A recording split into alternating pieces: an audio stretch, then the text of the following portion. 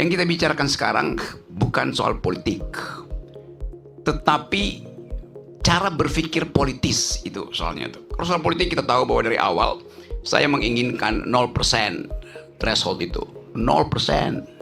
Pada Anies saya pernah bilang tuh, ngapain lu minta gue dukung lu dukung dulu 0% itu. Ini terjadi karena berebut 20%. Debat itu terjadi karena berebut celah yang kecil itu 20%. Maka terjadi persekongkolan, kebusukan bahkan itu. Saya pernah kritik, apa mungkin PKS koalisi dengan PDIP? Jelas ijtihadnya berbeda tuh. Kalau di pilkada ada nih sekarang nih, ada beberapa juga. Iya. Sebelum-sebelumnya ada juga. Betul, deskripsinya ada, tapi normativitinya mestinya nggak ada itu, kan kacau itu.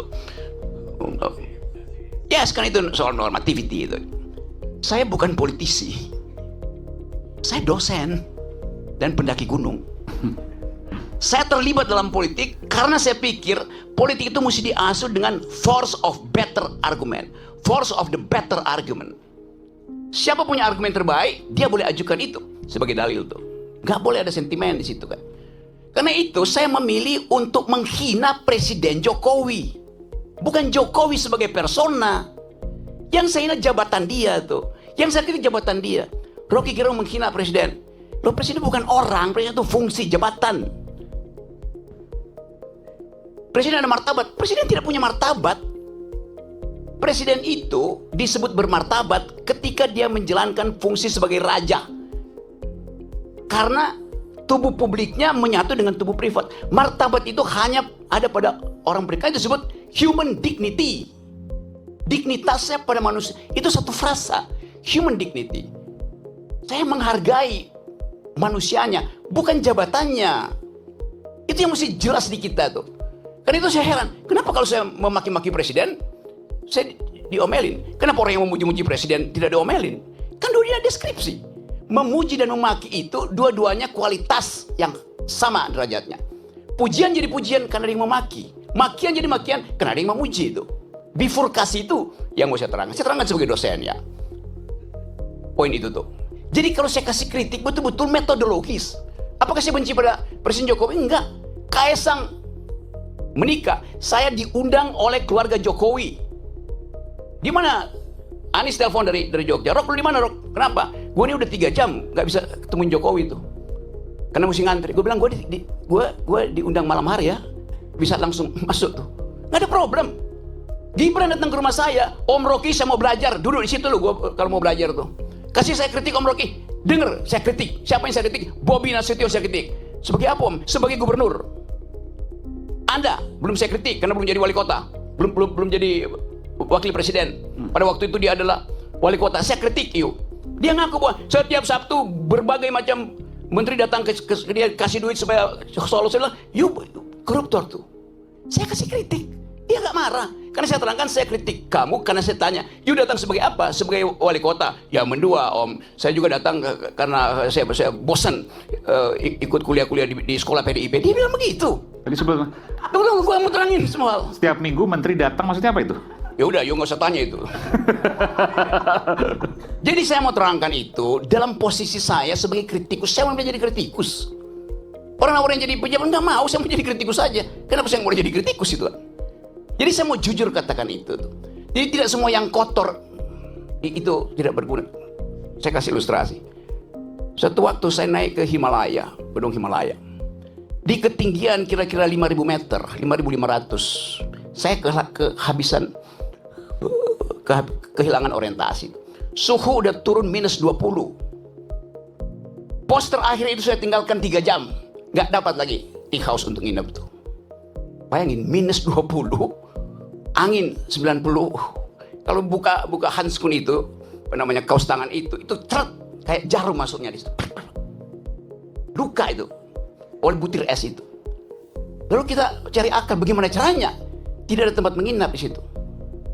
Dapat kandang yak. Yak itu adalah binatang endemi Himalaya. Itu kayak banteng kecil gitu. Kalau banteng gede adanya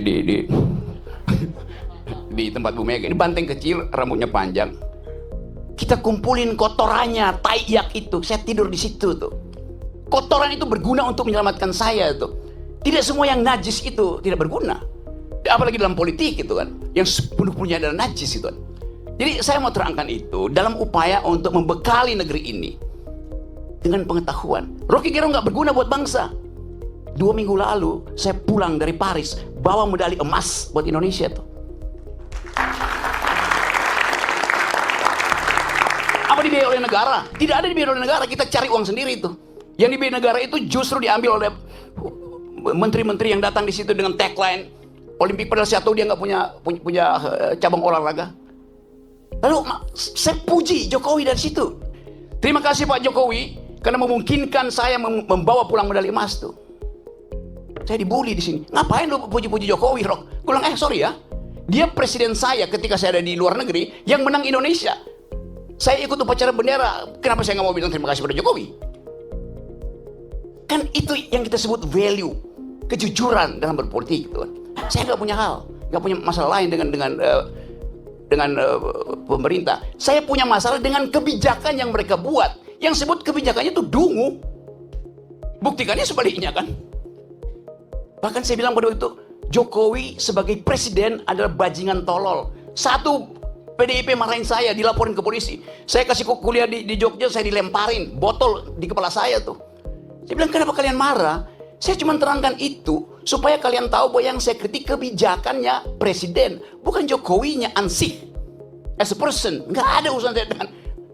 Saya berbaik-baik dengan Pak Jokowi sebagai manusia, dengan Pak Prabowo, dengan Pak SBY segala macam tuh. Zaman SBY saya paling keras kritik beliau tuh. Sekarang tiap minggu saya diskusi tentang politik global dengan SBY, nggak ada soal. Jadi saya mau pisahkan antara mental seorang yang mampu untuk memisahkan pengetahuan dia tentang kebijakan dan penghormatan dia pada persona. Itu dasarnya tuh. Jadi sekali lagi, saya tetap akan kasih kritik. Apapun itu hak saya. Dan tidak mungkin saya dipidana kalau saya caci maki Jokowi atau saya muji Jokowi. Pasal itu nggak ada lagi. Tidak ada pasal penghinaan presiden. Udah hilang. Siapa yang hilangin? Saya berjuang dari zaman 98 di LBH untuk hilangkan pasal itu. Jadi kalau tanya kenapa Anda caci maki? Pasal itu nggak ada. Kenapa saya yang kita di YLBH Buyung Nasution. Saya penasihat ahli Buyung Nasution dalam soal-soal untuk membereskan demokrasi kita. Jadi dari 98 saya tahu akal pikiran tentang perubahan konstitusi itu. Anda caci maki aja, nggak akan Anda dipidana tuh. Karena rakyat Indonesia melalui ketetapan MPR mengerti bahwa presiden itu bukan orang, dia fungsi, dia jabatan publik. Tidak boleh dilekatkan pada dia prinsip-prinsip pada hukum pidana, nggak bisa. Yang tidak boleh kita caci maki adalah manusia di dalam keadaan pertemanan atau Anda kenal. Orang yang nggak kenal Anda caci maki, dia nggak bakal tersinggung. Demikian juga dalam perdebatan. Debat itu adalah kemampuan untuk mengolah argumentasi itu. Itu aja. Sebagai dosen, saya mengajar dari S1 sampai S3. Yuk bayangin coba. Dengan metodologi yang sama itu. Cara berpikir. Jadi bagi saya nggak ada soal itu. Saya akan terus kasih kritik. Saya akan terus kasih argumen. Tapi saya mencintai bangsa ini. Negeri ini saya cintai itu. Yang saya nggak cintai adalah politisi busuk. Yang saya cintai adalah pejabat busuk. Presiden busuk, menteri busuk. Ngapain cintain mereka tuh? Mereka umurnya 5 tahun. Bangsa ini umurnya sepanjang hidup. Itu poinnya. Jadi politik bukan the art of the possible. Kemungkinan bukan. Politik adalah the art of attacking the impossible. Yang impossible itu kita lenyapkan. Nah balik pada tema hari ini. Kita bicarakan sesuatu yang sebetulnya barang bekas semua nih. Yang kita tahu ini terjadi karena perebutan threshold. Mulailah dengan mengucapkan thresholdnya dibikin 0. Itu harusnya tuh. Supaya ada kesetaraan orang berargumen tuh. Supaya dia argumennya bagus. Bukan karena masa pendukungnya bagus.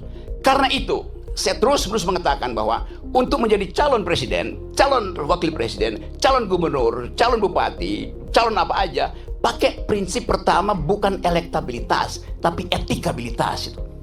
Ini calon pejabat ini pernah berbohong nggak? Pernah nyolong nggak? Kalau dia lolos etikabilitas, saya uji yang kedua, intelektualitas. Karena dia mesti berdebat dengan pemimpin dunia. Itu pentingnya latihan perdebatan. Dasar perdebatan adalah konstruksi berpikir. Dasar perdebatan adalah kemampuan untuk mengolah pikiran, bukan sekedar untuk retorika, tapi dengan logika.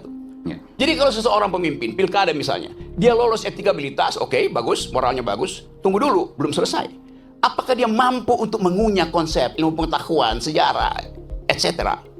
Jadi loloskan dia secara etikabilitas, loloskan dia secara intelektualitas, baru dia kita izinkan diuji elektabilitasnya.